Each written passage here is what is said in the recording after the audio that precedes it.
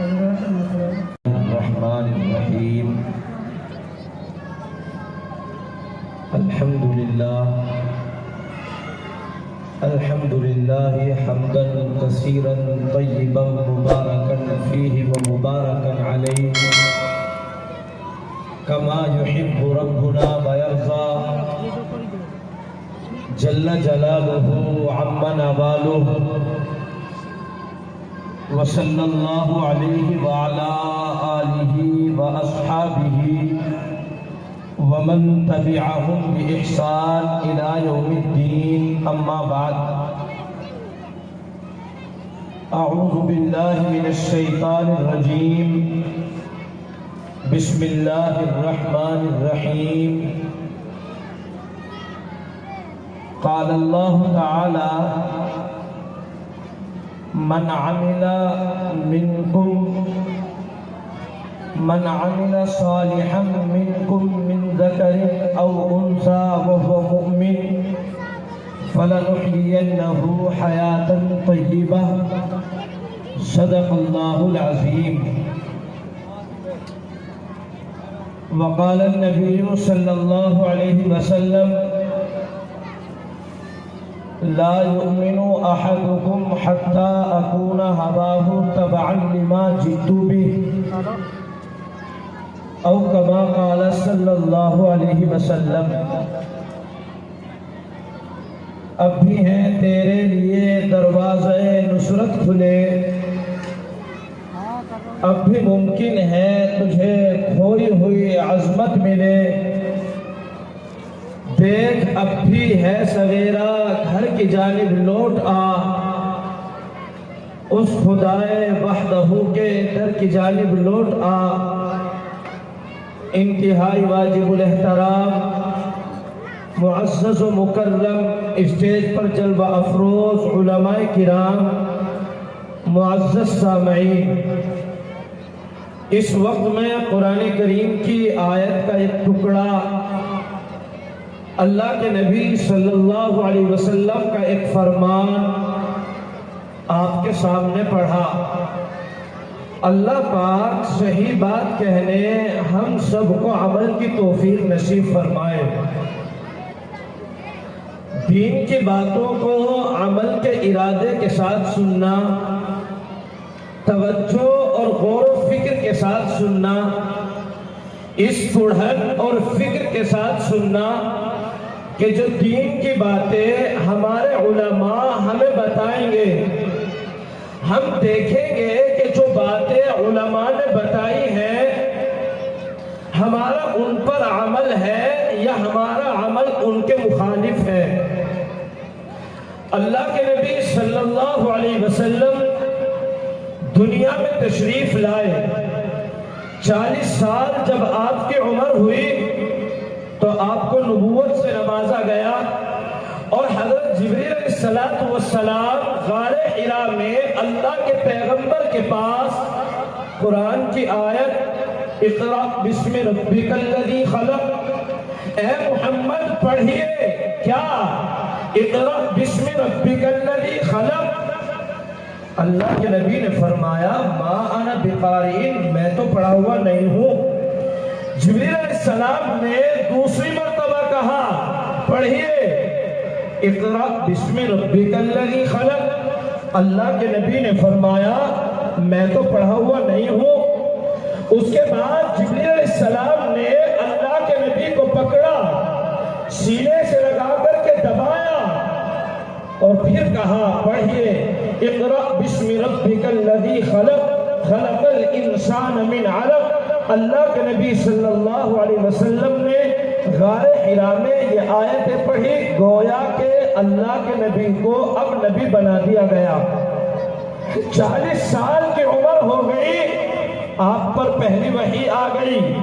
اللہ کے نبی پر جب وحی آئی اس کے بعد اللہ کے نبی اس آیت کو پڑھنے کے بعد جب گھر پہنچے، خدیجۃ الکبریٰ رضی اللہ تعالی عنہا آپ کی زوجہ محترمہ آپ سے جا کر کے کہا خدیجہ مجھے چادر اڑھاؤ، کیا ہوا؟ ایک فرشتہ قسم کا کوئی چیز میرے پاس آئی، اس نے مجھ سے کہا کہ اے محمد پڑھیے اقرأ بسم ربک الذی خلق۔ میں نے اس سے کہا میں پڑھا ہوا نہیں ہوں، اس نے مجھے دبایا، پھر میں نے پڑھا، میں نے اس سے سنا، میں نے پڑھ دیا۔ اللہ کے نبی کو سردی لگ گئی، اپنی بیوی سے کہا کہ مجھے چادر اڑا دے۔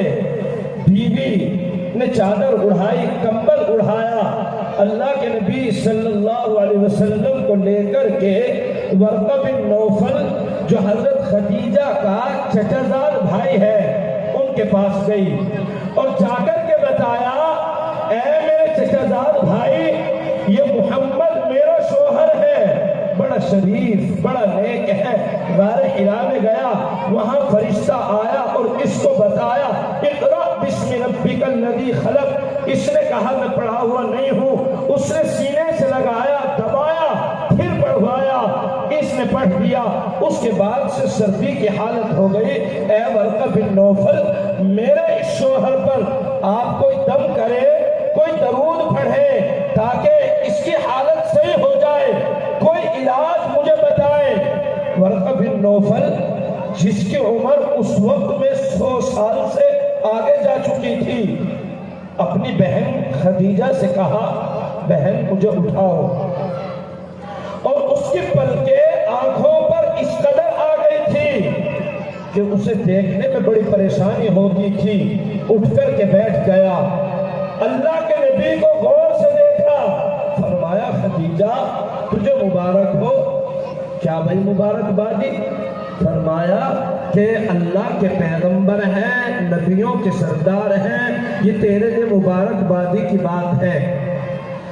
کاش میں اس وقت زندہ رہتا، اور یہ کہہ کر کے رونے لگا اور کہا خدیجہ کاش میں اس وقت زندہ رہتا کہ جب یہ مکے کے چوک میں کھڑے ہو کر کے لوگوں کو لا الہ الا اللہ کی دعوت دے تو میں ان کی چوکیداری کرتا، ان کا چوکیدار بنتا۔ کاش میری عمر کم ہوتی، میں اس نبی کا ہمدرد بن کر کے کھڑا ہو جاتا۔ اللہ کے نبی نے فرمایا، حضرت خدیجہ نے فرمایا کہ کیا یہ پیغمبر وہاں دعوت دے گا کہ ہاں یہ لوگوں کو دین کی دعوت دے گا اور مکے کے لوگ اسے مکے سے نکالیں گے۔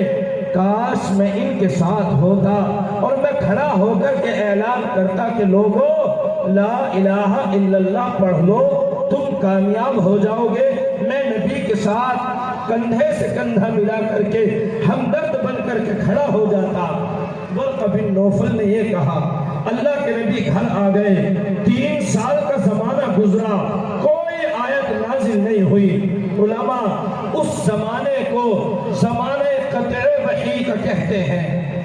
3 سال کا زمانہ گزرا، کوئی وحی نہیں آئی۔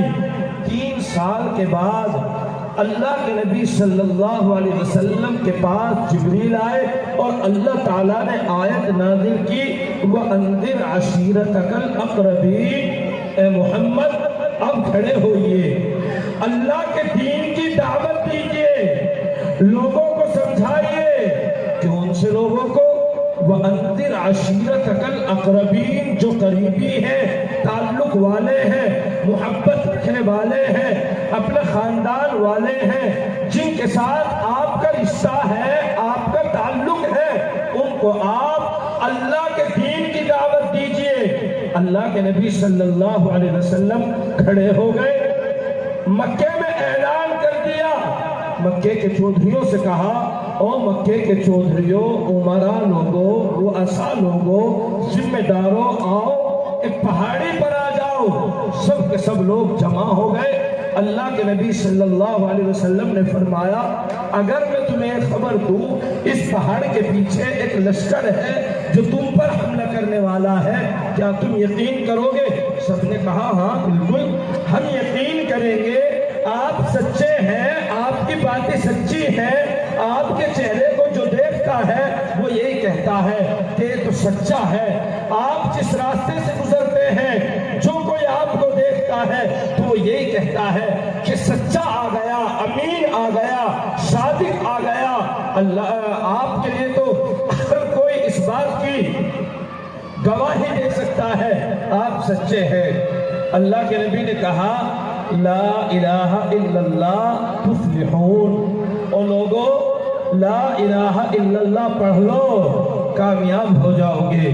اللہ کے دین کی دعوت دینی تھی، اللہ کی وحدانیت کا اعلان کرنا تھا، لوگوں کو یہ بتانا تھا کہ اے لوگوں، تنہا ذات اللہ کی ہے جو مشکلوں کو آسان کرتی ہے، حاجتوں کو پورا کرتی ہے، ضرورتوں کو پورا کرتی ہے، اس اعلان کا کرنا تھا۔ وہ لوگ جو صادق اور امین کہہ رہے تھے مخالفت میں کھڑے ہو گئے، ان مخالف بن بیٹھے، مخالفت کر رہے ہیں، کسی نے پتھر اٹھایا، کسی نے کچھ کہا، محمد اس لیے یہاں جمع کیا تھا، اسی لیے بلایا تھا کہ ہمارے 360 جو معبود ہیں ان کو برا کہے، ایک اللہ کے دین کی دعوت دے، کیا اسی لیے ہمیں یہاں جمع کیا تھا؟ لوگ مخالف ہو گئے۔ ہم سب نے بھی تو وہی کلمہ پڑھا ہے نا، پڑھا ہے؟ ہاتھ اٹھا کر کے بتاؤ کہ ہم سب نے بھی لا الہ الا اللہ پڑھا ہے، سب نے پڑھا ہے نا؟ یہی کلمہ لا الہ الا اللہ صحابہ نے بھی پڑھا تھا، لیکن حالت کیا ہوتی تھی؟ جنگ احد کا میدان ہے، اللہ کے رسول صلی اللہ علیہ وسلم تشریف فرما ہے، ایک صحابی کو بھیجتے ہیں، اور میرے صحابی جاؤ سعد ابن ربیعہ کو تلاش کر کے لاؤ۔ صحابی جاتے ہیں سعد ابن ربیعہ کو تلاش کرنے۔ اللہ کے نبی نے کہا جب تمہیں سعد ابن ربیعہ مل جائے انہیں جا کر کے کہنا اللہ کے نبی نے تمہیں سلام کہا ہے، اللہ کے نبی نے تمہیں بلاوا بھیجا ہے۔ صحابی تلاش کرنے کے لیے چلے گئے سعد ابن ربیعہ کو، جس نے نبی کا کلمہ پڑھ لیا، جس نے اللہ کا کلمہ پڑھ لیا، جس نے اس بات کی گواہی دے دی کہ محمد اللہ کے رسول ہیں۔ یہ سعد ابن ربیعہ، ان کو تلاش کرنے کے لیے صحابی گئے، میدان میں پہنچے، سعد ابن ربیعہ کو زندوں میں تلاش کیا، سعد نہ ملے، سعد کو شہیدوں میں تلاش کیا، سعد نہ ملے۔ صحابی فرماتے ہیں میں زخمیوں کی طرف گیا، میں نے دیکھا زخمیوں کا ڈھیر لگا ہوا ہے، اور سعد ابن ربیعہ ان کے نیچے لیٹے ہوئے ہیں، ان کے نیچے پڑے ہوئے ہیں۔ میں نے سعد ابن ربیعہ کو نکالا، اور نکال کر کے میں نے یوں کہا سعد ابن ربیعہ، اللہ کے نبی نے آپ کو سلام کہا ہے، اور اللہ کے نبی نے آپ کو بلاوا بھیجا ہے۔ سعد ابن ربیعہ زخموں سے چور ہے، آپ کے چہرے پر زخم ہے، آپ کے تمام جسم میں زخم ہے۔ سعد ابن ربیعہ نے اللہ کے نبی صلی اللہ علیہ وسلم کی جب اس بات کو سنا کہ سعد ابن ربیعہ کو اللہ کے نبی نے بلایا ہے، سعد ابن ربیعہ آگے آ جائے سر، یہ دین کی محفل ابھی آپ کے محترم مولانا سلیم صاحب نے آپ کو بتایا۔ آ جائیں نوجوانوں، نوجوان بھائی تو رونا ہے آج علماء کے لیے، آ جاؤ، ماشاءاللہ آپ تو بہادر ہیں، آ جاؤ، سب آ جاؤ، سب۔ دین کی محفل ہے، نبی کے نام پر سجائی گئی ہے، دینی جلسہ ہے، تعلیمی، تبلیغی، اصلاحی، سارے عنوان ہیں، آ جاؤ آپ، آ جاؤ، آ جاؤ سب، آ جاؤ، آ جاؤ گے آپ۔ ایسی قسم نہیں کھانی چاہیے کہ ہمیں آنا ہی نہیں۔ آ جاؤ بھائی، آپ آتے کیوں نہیں؟ آ جاؤ آگے۔ آپ نہیں کرتا ہوتا، یہاں بیٹھنا بھی عبادت ہے، دنیا کی باتیں کرنا، بہت زندگی گزر گئی دنیا کی باتیں کرنے میں۔ کاش وقت ہوتا اس چیز کے لیے کہ صحابہ کے واقعات سن کر کے اپنے ایمان کو جگا دیا ہوتا۔ بہرحال بات چل رہی تھی کہ اللہ کے نبی صلی اللہ علیہ وسلم نے سعد ابن ربیعہ کو تلاش کرنے کے لیے بھیجا۔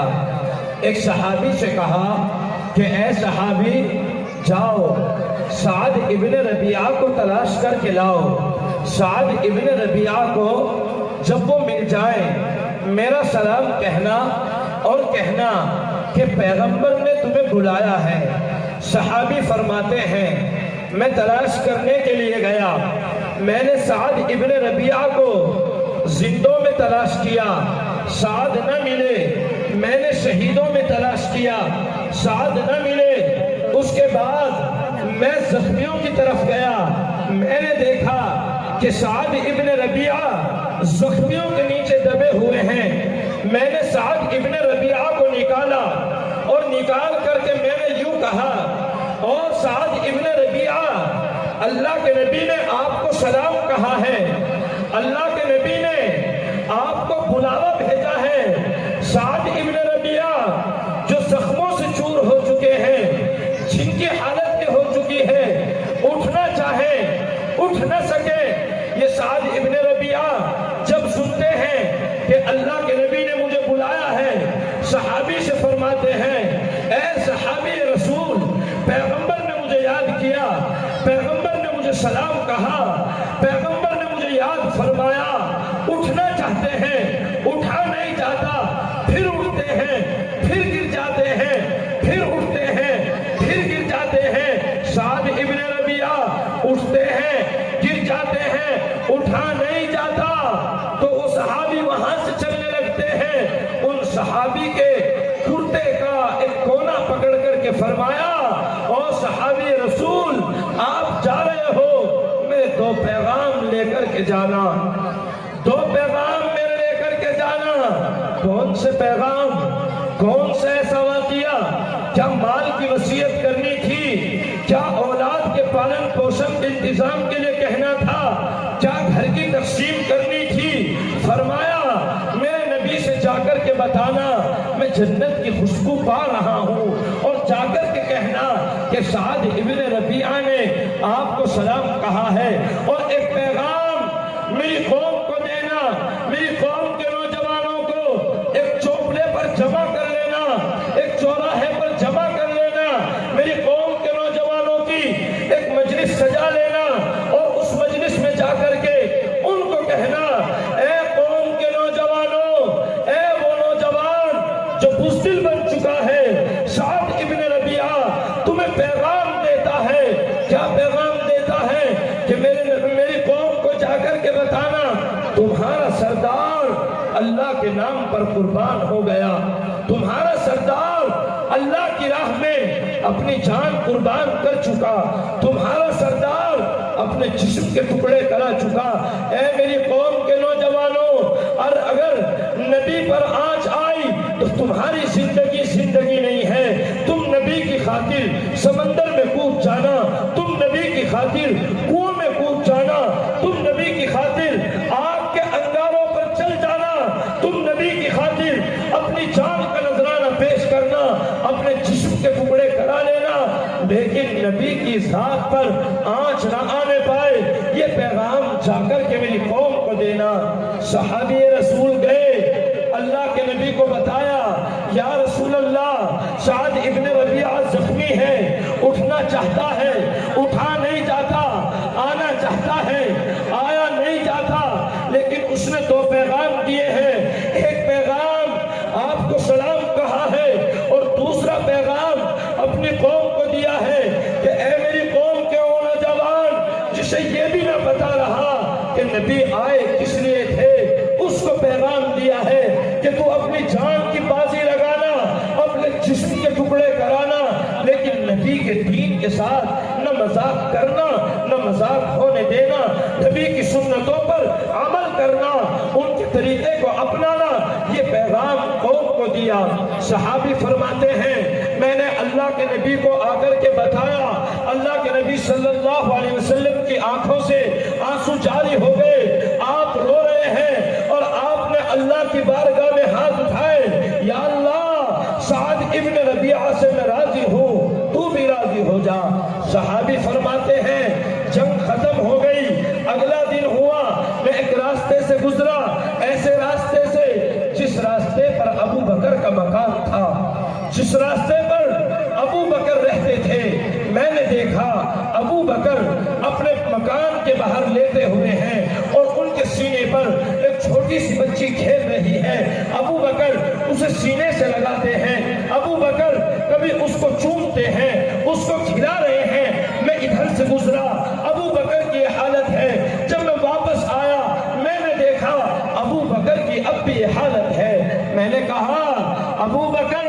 کیا یہ آپ کی بیٹی ہے یا آپ کے بیٹے عبد الرحمن کی بیٹی ہے؟ ابو بکر رو دیے، کہا او صحابی رسول، نہ میری بیٹی ہے، نہ میرے بیٹے عبد الرحمن کی بیٹی ہے، نہ میری پوتی ہے، بلکہ یہ تو سعد ابن ربیعہ کی وہ یتیم بچی ہے جس کو سعد چھوڑ کر کے چلا گیا۔ او صحابی، تجھے یاد ہوگا کل جب سعد ابن ربیعہ اپنی جان اللہ کے حوالے کر رہا تھا، سعد ابن ربیعہ جب اپنی جان کو اللہ کے نام پر قربان کر رہا تھا، اپنے نبی کے لیے اپنی جان کو قربان کر رہا تھا، اسے نبی کی ذات یاد رہی، اسے یہ تو یاد رہا، اور میری قوم کے نوجوانوں، نبی کو مت چھوڑنا، نبی کے دامن کو پکڑنا، نبی کو آنچ نہ آنے دینا۔ اس کو یہ فکر نہیں ہوئی کہ میری ایک یتیم بچی رہ جائے گی، میری معصوم بچی رہ جائے گی، میں اس کے لیے وصیت کر دوں، میں اس کے لیے کہہ دوں تم میری بچی کا دھیان رکھنا، میری بچی کا پالن پوشن کرنا، جب بڑی ہو جائے اس کی شادی کا انتظام کرنا۔ نہ، ان تمام چیزوں کو بھول کر کے نبی کی محبت یاد رہی۔ وہ لا الہ الا اللہ تو پڑھا تھا، میں نے، آپ نے بھی تو پڑھا ہے نا، لا الہ الا اللہ، بہت فرق ہے۔ میرے لا الہ، آپ کے لا الہ اور صحابہ کے لا الہ الا اللہ پڑھنے میں ہم ذلیل ہو گئے۔ نبی کی سنتوں کو چھوڑ کر صحابہ نے نبی کی سنتوں پر عمل کیا، جس طرح عمل کیا حذیفہ ابن یمان رضی اللہ تعالی عنہ، صحابی رسول ہیں، کسریٰ کے دربار میں بیٹھے۔ کیا ہے اور نوجوان، ہاں اسے کہ بات کر، کیا طریقہ ہے؟ کوئی طریقہ ہے؟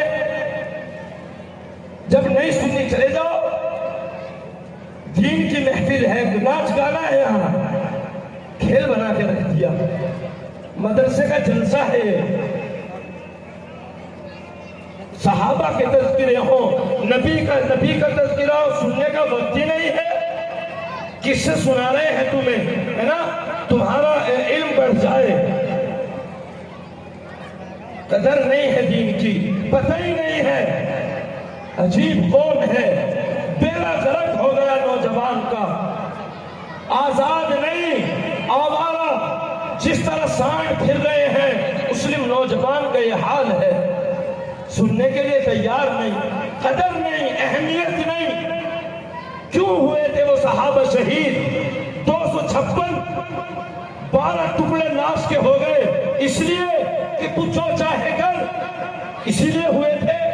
27,000 صحابہ خلافت راشدہ کے 50 سالہ دور میں شہید ہو گئے، اس لیے کہ تجھے نبی کی بات سننے کا وقت نہ رہے، علماء بیٹھے رہے، چیختے رہے، حیا نہیں رہی، بس من مرضی کرنی ہے، جو چاہو کرو، کوئی کہنے والا ہی نہیں رہا۔ حذیفہ ابن یمان اللہ کے نبی کے صحابی ہیں، آپ میدان کارزال میں گئے، دنیا کی سپر پاور کسریٰ کا دربار لگا ہوا ہے، حذیفہ ابن یمان کھانا کھانے کے لیے دسترخوان پر بیٹھے ہیں، ہم دسترخوان پر نہیں کھانا کھاتے، علماء چیختے رہے، او لوگو نبی کی سنتوں پر عمل کر لو، کرے کون آئے گا؟ دوسری قوم آئے گی، ابھی پیغمبر آئے گا، تمہیں سمجھائے گا کہ اللہ نے مجھے پیغمبر بنا کر کے بھیجا۔ یہ علماء تو آئیں گے، اور کوئی آئے گا سمجھانے کے لیے؟ کہاں سے آئے گا؟ اللہ کے نبی صلی اللہ علیہ وسلم پر نبوت کا دروازہ بند ہو چکا ہے، اب کوئی نبی نہیں آئے گا، یہ علماء آئیں گے۔ نہ کرو ان کی قدر، مت کرو، کون کہتا ہے قدر کرو؟ آئیں گے زلزلے، اللہ تعالیٰ اپنی زمین کو ختم کرے گا، آسمان کو ختم کرے گا، اس سے زیادہ کیا ذلیل ہوگے؟ کیا بچ گیا ہمارے پاس؟ یہی تو ایک سرمایہ تھا، قرآن کا، حدیث کا، علماء کا، یہی تو ایک چیز بچی تھی، ختم کر دیا، ختم کر دیا۔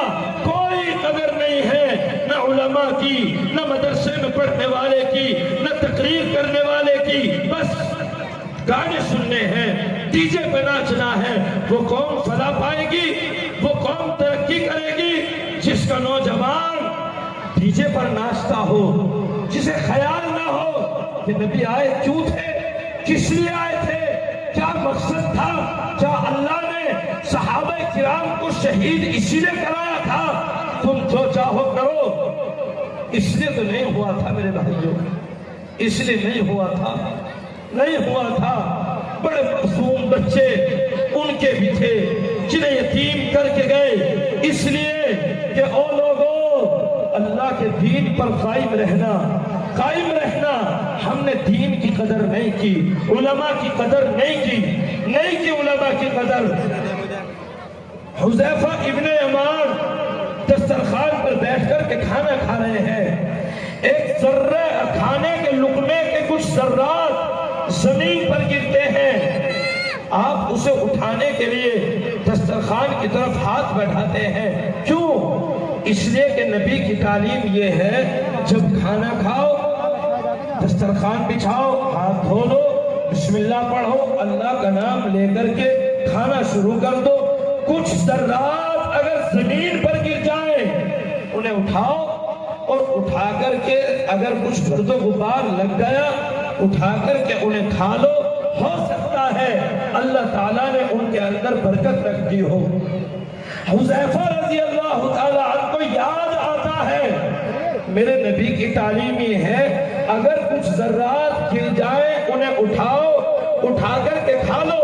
حذیفہ نے ہاتھ بڑھایا، برابر میں بیٹھا ایک انسان کونی مارتا ہے، کہتا ہے حذیفہ کیا پتہ نہیں یہ دنیا کی پاور کسرا کا دربار ہے، یہاں پر اگر آپ زمین پر دسترخوان پر پڑے ہوئے ذرات کو اٹھائیں گے تو لوگ آپ کو بھوکا سمجھیں گے، آپ کو ندیدہ خیال کریں گے اور یہ کہیں گے کہ ان کو کچھ ملتا نہیں، یہ بھوکے ہیں، ندیدے ہیں۔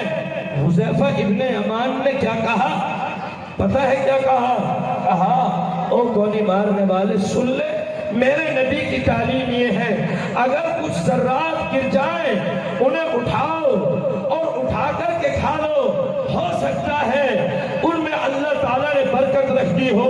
اب یہ دنیا والے مجھے چاہے تو ندیدہ سمجھے، چاہے تو بھوکا سمجھے، جو ان کا دل چاہے سمجھے، مجھے کوئی پرواہ نہیں ہے، میں تو اپنے نبی کی تعلیم پر عمل کروں گا، اپنے نبی کی تعلیم پر عمل کروں گا۔ ان کو اٹھایا اور اٹھا کر کے کھا لیا۔ میرے بھائیوں آج ہم بھی تو مسلمان ہیں، اصلاح معاشرے کے کتنے پروگرام ہوتے ہیں، جلسے ہوتے ہیں، جلوس ہوتے ہیں، محفلیں منعقد کی جاتی ہیں، ہر آدمی یہ چاہتا ہے اصلاح معاشرہ ہو جائے، قوم سدھر جائے، امت سدھر جائے، نوجوان یہ چاہتے ہیں بوڑھے سدھر جائیں، بوڑھے چاہتے ہیں نوجوان سدھر جائے، ایک دوسرے کو سدھارنے کے لیے جگہ جگہ پر جلسے ہیں، جگہ جگہ پر محفلیں ہیں۔ اگر غور کیا جائے یا شمار کیا جائے تو ہزاروں افراد ایسے مل جائیں گے جو اصلاح معاشرے کی کوشش میں لگے ہوئے ہیں، سینکڑوں تنظیمیں ہیں جو اصلاح معاشرے کی کوشش کر رہی ہے، لیکن بگاڑ بڑھتا چلا جا رہا ہے، چلا جا رہا ہے نا، بگاڑ بڑھتا چلا گیا۔ وجہ کیا ہے؟ اللہ تعالیٰ قرآن کریم میں فرماتے ہیں یا ایھا الذین آمنوا علیکم انفسکم لا یضرکم من ضل اذا اہتدیتم۔ او لوگو اپنی فکر کرو، پہلے اپنے آپ کو تو سدھارو، اپنے اندر تو تبدیلی پیدا کرو، اپنے اندر تو انقلاب پیدا کرو، اپنے اندر تو غور کرو کہ میرا کتنا عمل نبی کی زندگی کے مطابق ہے، کتنا عمل میں صحابہ کے طریقے کے مطابق کرتا ہوں۔ جب میرا مدرسے میں پیسے دینا خالص اللہ کے لیے ہے یا دکھانے کے لیے ہے؟ میرا نماز پڑھنا، میں مسجد میں جاتا ہوں، نماز پڑھتا ہوں، کہیں میری ذات سے امام کو، مؤذن کو، دوسرے نماز پڑھنے والوں کو تکلیف تو نہیں پہنچتی؟ میں غیبتیں کرتا ہوں، کیوں کرتا ہوں؟ ایک مسلمان کا کام تو نہیں ہے۔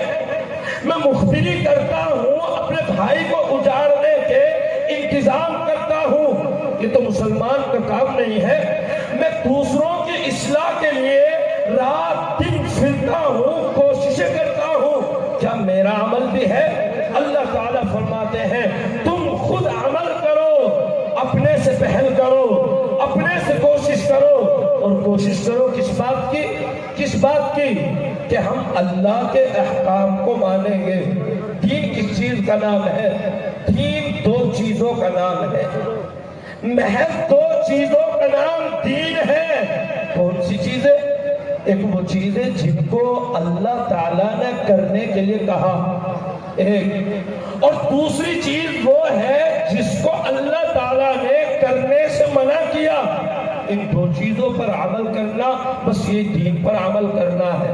اللہ تعالیٰ اسی کو قرآن میں فرماتے ہیں کرنے کے کاموں کے لیے یأمرون بالمعروف، کہ لوگوں اللہ کے لیے لوگوں کو، اپنی قوم کے لوگوں کو، اپنے بھائیوں کو، اپنے پڑوسیوں کو، اپنے تعلق والوں کو، اپنے محلے والوں کو اللہ کے دین کی دعوت دو۔ کہیں یأمرون بالمعروف، کہیں یأمر بالمعروف، بہت ساری جگہ قرآن کریم میں ہے۔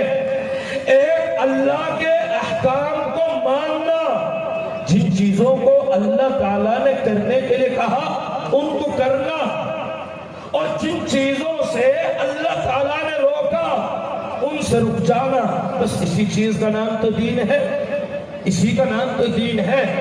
اور کرنے کی ہر چیز کو کرنا یہ ضروری نہیں ہے، ہاں رکنے کی ہر چیز سے رکنا یہ ضروری ہے، یہ ضروری ہے۔